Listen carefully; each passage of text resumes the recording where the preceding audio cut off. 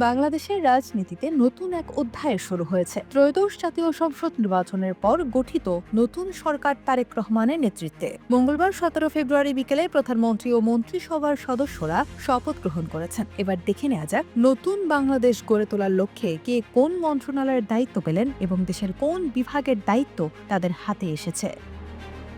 মন্ত্রিসভার কাণ্ডারি ও প্রধানমন্ত্রী হিসেবে শপথ নিয়েছেন তারেক রহমান।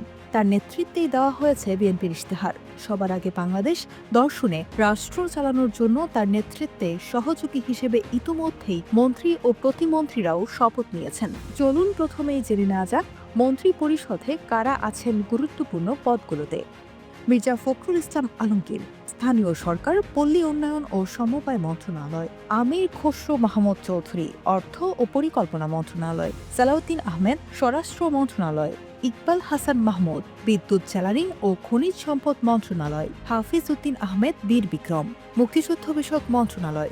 আবু জাফর মোহাম্মদ জাহিদ হোসেন, মহিলা ও শিশু বিষয়ক মন্ত্রণালয়, সমাজ কল্যাণ মন্ত্রণালয়। ডক্টর খলিলুর রহমান, পররাষ্ট্র মন্ত্রণালয়। আব্দুল আওয়াল মৃদু, পরিবেশ, বন ও জলবায়ু পরিবর্তন মন্ত্রণালয়। কাজী শাহ মোফাজ্জল হোসেন কায়কোবাদ, ধর্ম বিষয়ক মন্ত্রণালয়। মিজানুর রহমান মিনু, ভূমি মন্ত্রণালয়। নিতাই রায় চৌধুরী, সংস্কৃতি বিষয়ক মন্ত্রণালয়। খন্দকার আব্দুল মুত্তাদির, বাণিজ্য, শিল্প, বস্ত্র ও পাট মন্ত্রণালয়।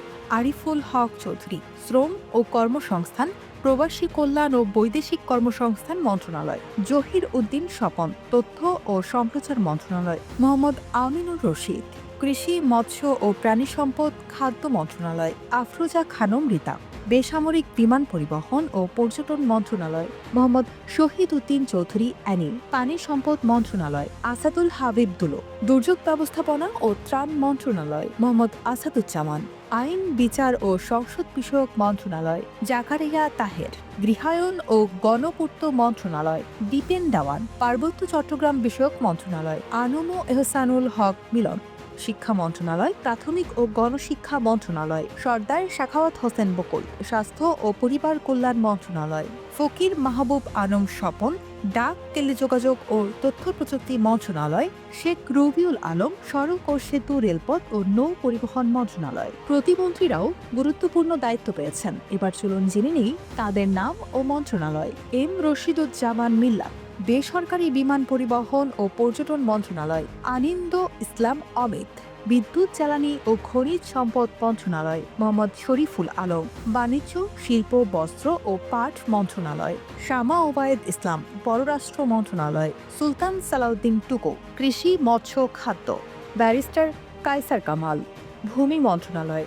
ফরহাদ হোসেন আজাদ, পানি সম্পদ মন্ত্রণালয়। মোহাম্মদ আমিনুল হক, যুব ও ক্রীড়া মন্ত্রণালয়। মীর মোহাম্মদ হেলাল উদ্দিন, পার্বত্য চট্টগ্রাম বিষয়ক মন্ত্রণালয়। হাবিবুর রশিদ, সড়ক পরিবহন ও সেতু। মোহাম্মদ রাজীব আহসান, রেলপথ ও নৌ পরিবহন। মোহাম্মদ আব্দুল বারী, জনপ্রশাসন মন্ত্রণালয়। মীর শাহে আলম, স্থানীয় সরকার, পল্লী উন্নয়ন ও সমবায়। মোহাম্মদ জুনায়েদ আব্দুর রহিম শাকি, অর্থ পরিকল্পনা ও স্বরাষ্ট্র।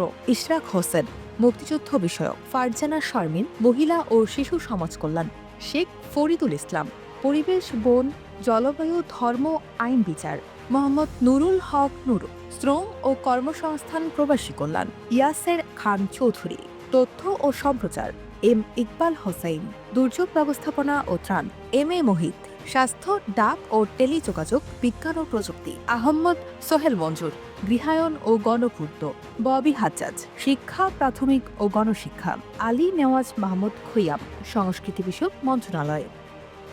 দেশের বর্তমান প্রেক্ষাপটে এই নতুন মন্ত্রিসভা কেবল দায়িত্বের বন্টন নয়, বরং এটি রাজনৈতিক অভিজ্ঞতা, নতুন প্রজন্মের নেতৃত্ব এবং প্রশাসনিক ভারসাম্যের সমন্বয়। নতুন বাংলাদেশ গড়ার লক্ষ্যে সামনের দিনগুলোতে নতুন মন্ত্রিসভা দেশের জন্য কোন নতুন রাজনৈতিক ও প্রশাসনিক চিত্র আঁকবে, উন্নয়ন, প্রশাসন ও জনকল্যাণে মন্ত্রিসভার প্রভাব কিভাবে দেশকে এগিয়ে নেবে, সেটা দেখার প্রত্যাশাতেই আছে বাংলাদেশ।